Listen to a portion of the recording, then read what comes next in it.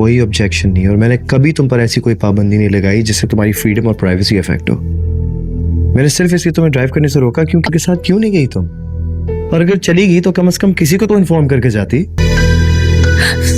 अब कैसी तबीयत है तुम्हारी? नहीं अम्मी, मुझे आपकी फिक्र है। रहने दो। मेरा सर दर्द हो रहा है। मैं आपसे झूठ क्यों बोलूंगी?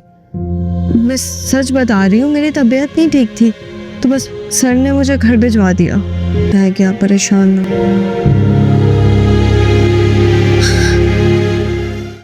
निकाब-राबी में अब आप लोग देखेंगे कि अब ईमान जो करने तो पढ़ाई आई थी लेकिन पढ़ किसी और के चक्रों में गई। अब तैमूर दिन रात इसी ईमान के बारे में सोच रहा है क्योंकि ईमान उसे पसंद आ चुकी है। ज़ारा को यकीन था जिस तैमूर पर कि उसका शोहर किसी की तरफ आंख उठाकर नहीं देखता, उसका वही शोहर अब ईमान के बारे में सोच रहा है। लेकिन ज़ारा से यही बात तो बर्दाश्त नहीं हो रही। इसी वजह से तो अब ईमान उसे चुभने लगी है। जिस ईमान की वो इतनी तारीफें करती थी, जिसके आगे पीछे घूमती थी, वो भी ईमान अब उसे एक आंख नहीं भा रही। सिर्फ इसी वजह से उसे लग रहा है कि उसका तैमूर उससे दूर हो रहा है की वजह से, और वो भी ऐसा ही रहा है। लेकिन ज़ारा अब ईमान को बदनाम करने के लिए साथ साथ अपने शोहर को भी बदनाम कर देगी और इन दोनों पर इल्जाम लगाएगी, जिस पर सब घर वाले ईमान तैमूर के खिलाफ हो जाएंगे और ज़ारा की बात पर यकीन कर लेंगे। अगर कोई नहीं यकीन करेगा तो वो बिलाल होगा, क्योंकि बिलाल जानता है कि ज़ारा किस तरह से कोशिश कर रही थी ईमान को इस घर से निकालने की। तो ये ज़ारा नहीं इल्जाम लगाया होगा, तब बिलाल ही होगा जो ईमान के हक में गवाही देगा।